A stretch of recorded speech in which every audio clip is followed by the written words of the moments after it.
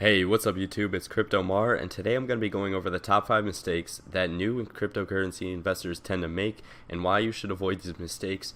These are in no particular order, and you should always consider that cryptocurrency is a speculative market and can be very volatile, but if done correctly, can leave you with life-changing types of returns.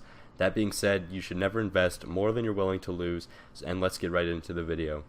The first mistake that I see new investors make is that they're overtrading or being emotional.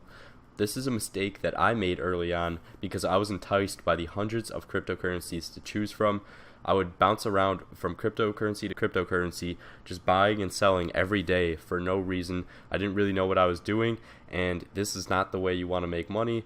One tip that I can recommend is that you should do at least a week of research before you buy your first cryptocurrency, and I strongly suggest that you should buy in smaller increments each day, which is called dollar cost averaging, rather than starting with your entire stack, because you'd rather make a $10 mistake and learn from that than make a $100 or $500 mistake.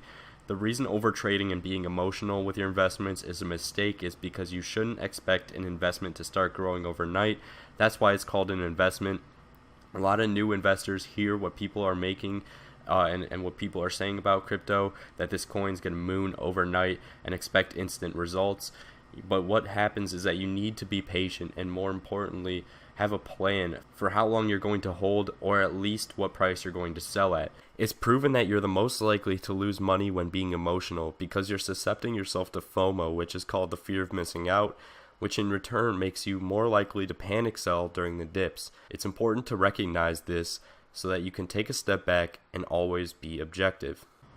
Trust me, I know from experience that when you're first starting, you just want to get that big hit, that big first winner, but please just be patient with your investments, and if your coin has solid fundamentals, it will eventually catch on. Warren Buffett said it the best when he said, "The stock market is a device for transferring money from the impatient to the patient." Obviously, he was talking about the stock market, but the same principle applies to crypto. And this leads me to mistake number 2, which is not having a plan. A big tip I can give you guys is to keep a journal and write down the reason that you bought something. If you buy a crypto and plan to hold it long term, put it in an offline wallet where you own the private key and not on exchanges where you're going to be tempted to trade with it. You need to understand that trading and investing are completely different, and you should differentiate this when you're writing it down in your journal. Write down things like why you bought this crypto. Was it for the team? Was it for the problem they're solving, their roadmap, or because you think it's going to have a lot of hype in the future, or this influencer is picking it up, or whatever. But that's how you're going to learn as a trader or investor what works for you and what doesn't, and more importantly, again, you should learn from these mistakes. Becoming a successful trader takes years of practice, so for new investors in crypto who probably don't have a lot of experience in markets, I would highly recommend you stick to buying and holding at least at first, and again, keep a journal and see what works for you. The third tip, now I can talk about this in a whole separate video, but I'm going to wrap it up as security. You really need to keep your funds safe in crypto. This is something that I can't stress enough, because in crypto, you are the bank, and there is literally no one who can help you if you lose your private key, not even the developers themselves. If you have your own wallet, you should always make sure that the private key is written down and safely stored offline. The very first thing I do when I make an exchange account is to enable two-factor authentication, because it really is that important. It's far more difficult for a hacker to steal your mobile number or two-factor authentication key than it is to get your exchange password, and exchange accounts get hacked more often than you may think. Leaving funds on exchanges is never a good idea in the first place either. Back in February this year, there was an exchange called BitGrail, which was one of the only exchanges that had a sizable trading volume for the cryptocurrency Nano. The exchange's wallet ended up getting hacked, and over $150 million in Nano was lost from users' wallets. Another big hack that happened this year was the $50 million Ola VPN hack, where hackers were able to gain access to a Chrome plugin, and because the internet traffic from the VPN was going to the hackers, they were able to steal users' private keys if they were visiting myetherwallet.com. In conclusion, if you are investing over $1,000, just do yourself a favor and buy a hardware wallet such as a Ledger Nano S, and make sure that nobody has access to your private key and that it's stored and backed up properly. The fourth major mistake that I see new investors making is that they're not doing their own research. Listen, I'm going to tell it to you straight here, guys.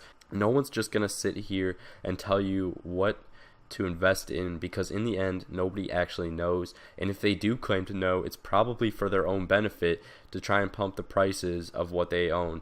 If you're fed information the entire time, you're going to have a really hard time doing your own research, and you should never rely on someone to do the work for you. Additionally, you should never join a group where it claims to make you money. If it's like a pump and dump group, if it seems too good to be true, it probably is, and you're probably going to be the one getting dumped on, and you're going to lose money that way. So please just avoid those.